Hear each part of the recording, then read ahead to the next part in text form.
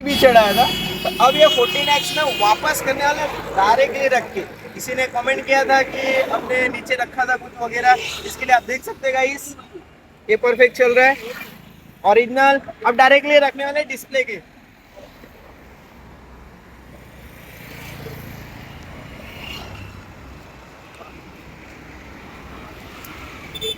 ये देख सकते हो डायरेक्टली, आप कुछ भी नीचे नहीं रखे तो भी कुछ नहीं हुआ। आप देख सकते हो फोन एकदम बेहतरीन तरीके से चल रहा है।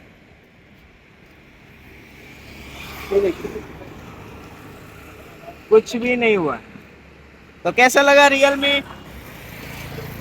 14 Pro, Realme 14x 5G? धन्यवाद।